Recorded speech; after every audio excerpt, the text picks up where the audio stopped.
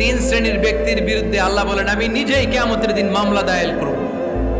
I will be against them in the day of judgment. Three categories of people I will be against them in the day of judgment. তিন শ্রেণীর লোক কিয়ামতের দিন তারা ছাড় পাবে না।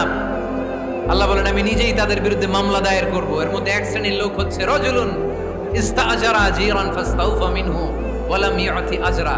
একজন শ্রমিক ভাড়া করে তার কাছ থেকে কাজ নিয়েছে কিন্তু তার পারিশ্রমিক আদায় করে নাই। এরকম আছে না নাই?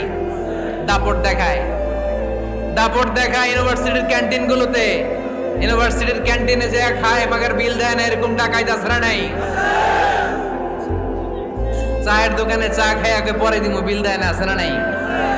দোকানে যে পণ্য কিনে বিল দেয় না, পরে দিমু, আছে না নাই? কিয়ামতের দিন আল্লাহ তোরে মাস্তানি ছুটাবে, চিল্লা এখন ঠিক কিনা?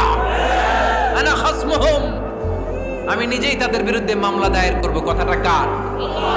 এজন্য বিশ্বনবী বললেন খবরদার, মেহনতি মানুষ, খেটে খাওয়া মানুষ, এদের দোয়া কবুল হয়ে যায়।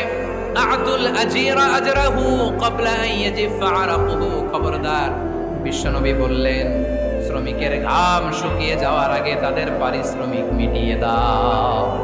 বিশ্বনবীর বিখ্যাত হাদিস, আতুল আজিরা আজরাহু ক্বাবলা আন ইয়াজিফা আরাকুহু। শ্রমিকের ঘাম মাটিতে লাগার আগে, শুকিয়ে যাওয়ার আগে তাদের পারিশ্রমিক মিটিয়ে দাও। কেননা তারা যদি বদদোয়া করে তোমার জীবনকে জাহান্নাম বানিয়ে দিবে কে?